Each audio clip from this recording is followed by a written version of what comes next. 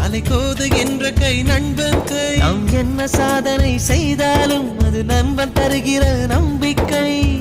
கண்ணனுக்கு கோயில் உண்டு, கர்ணனுக்கு ஏன் இல்லை? நட்புக்கு ஒரு கோயில் கட்டு, அதில் ஒன்றும் தவறில்லை. எங்களின் வீடு இன்று ஒரு ஏழை நிலாதான்.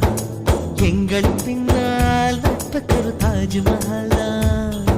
ரோஜா தோட்டம்